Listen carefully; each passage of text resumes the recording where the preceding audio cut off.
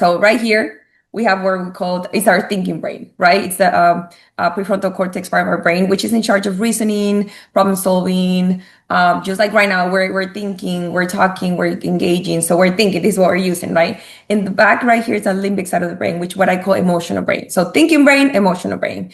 One of them is on and the other one is off. The thinking brain tends to be on because that's kind of what we use mostly during the day. Most of the time, that's kind of the one that we use, right? Whether we're at work, we're at school, we're just thinking. And then our emotional brain gets activated when we're experiencing an emotion, let's say the emotion of anger, since we're talking about conflict resolution. So this is what we call a I'm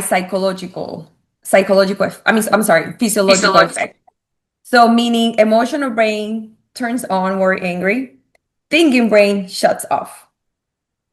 There is a switch. So when the emotional brain is on and the thinking brain is offline, from here we say things that very hurtful to other people because we're angry.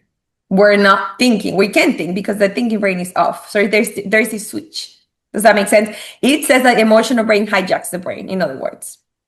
So when we're right here, we're hurting each other, we're screaming, people are hitting each other, we're throwing things around because the emotional brain took over.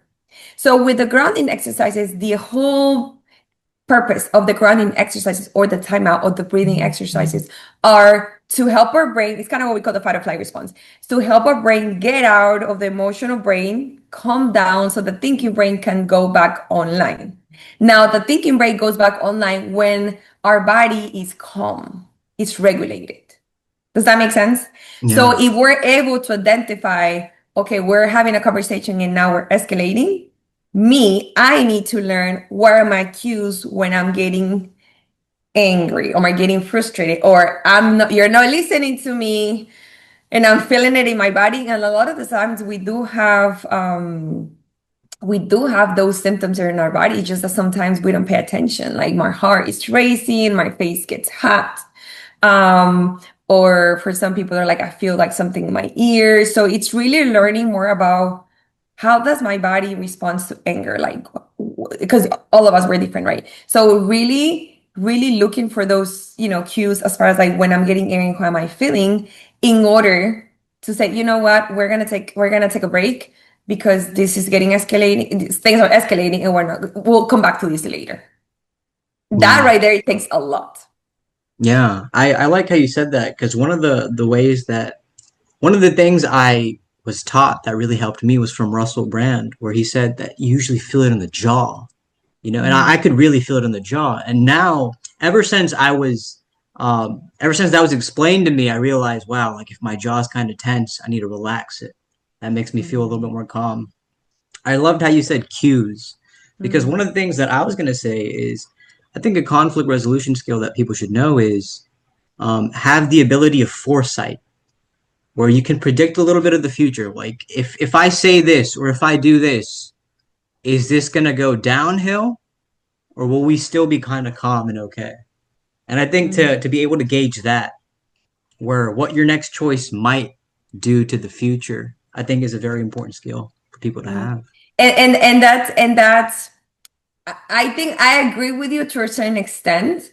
And the reason being is because if you try to predict and your brain is already telling you that it might go that way, which I see, like if you already know the person, most likely you know how they're going to respond based on past experiences, right? Yeah. But my question to you is if you will still be able to address that regardless of how the other person is going to respond. If you feel I need to bring this up, but most likely she might say this or he might say that. So you know what, let me take a step back because now I'm protecting myself, going into avoidance and not really addressing what I need to address, where my responsibility is to address it in a respectful way. Obviously being assertive, not being too passive, not being too aggressive. But I'm still bringing up what I need to bring up, regardless of their responses.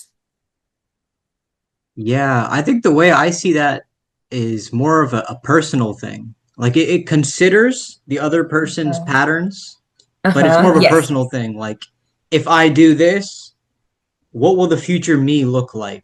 Will I be taking this downhill or will I still be okay? That's how I look at it. Oh, so it's more like for yourself, not so much about how the other person is going to Yeah. respond. It's considerate of the other person and their patterns and what they might do, what they probably would do.